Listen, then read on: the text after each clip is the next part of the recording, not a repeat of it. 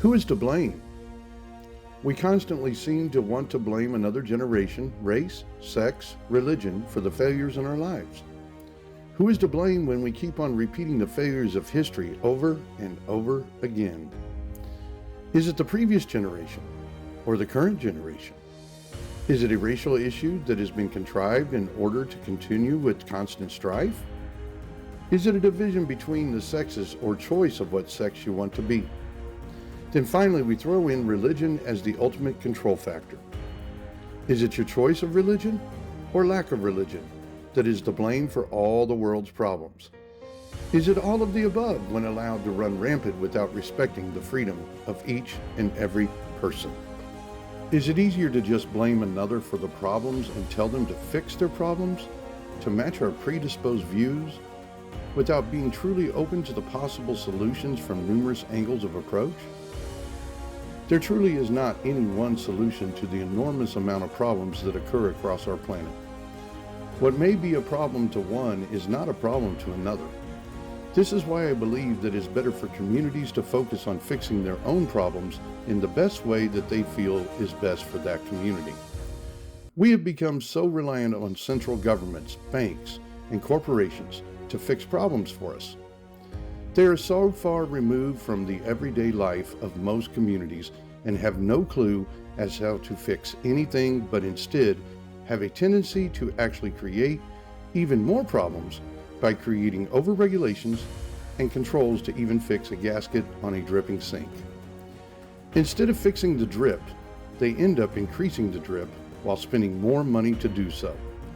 The whole time they could have simply either replaced the faucet with a new one or put in an inexpensive gasket and slopped and stopped the drip altogether. That would be too simple and would involve admitting that the old may not be working and needs to be replaced, or that the old may be working and needs a simple gasket to stop the leak. The current political scene is comprised of individuals that were hippies in the 60s. It should not amaze us that they would be more apt to be drawn to a communist or socialist ideal. This is what the majority of them thought when they were younger. They fell into the trap of believing the government had the responsibility of providing for all its citizens instead of managing the government to operate in a smooth, flowing manner. They added more and more agencies to solve more and more problems until the government itself had become a burden upon its citizens.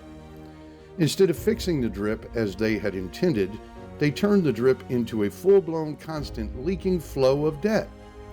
The whole time cost justifying to the citizens why they needed more money to fix even more problems, thereby increasing the flow of the debt.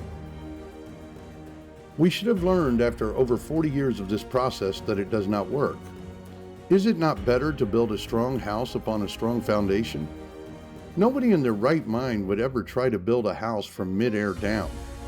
Nobody in their right mind would build a house upon an unstable foundation. Yet this is what occurs constantly in nations across the globe.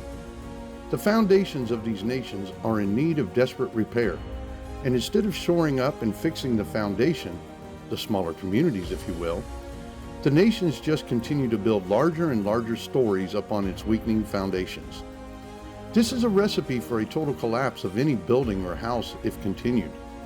While we are blaming one another for all the problems, in reality, it is most likely ourselves that are the problem. We no longer get active within our own communities due to the inconvenience of expecting the central systems to solve these problems for us. We see their track record of not fixing anything, but just building bigger and worse problems until they finally collapse. Why do we allow them to do such?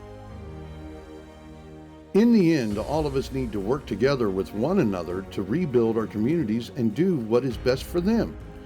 This will reduce the need for the humongous centralized systems in the world that do not really do anything positive for us. Until we decide to do this, we will just continue to see the same results that are occurring over and over again until the very foundation crumbles out from underneath the house and it falls to shambles. I encourage each and every one of us to set aside the ridiculous whose team are you rooting for mentality for one moment.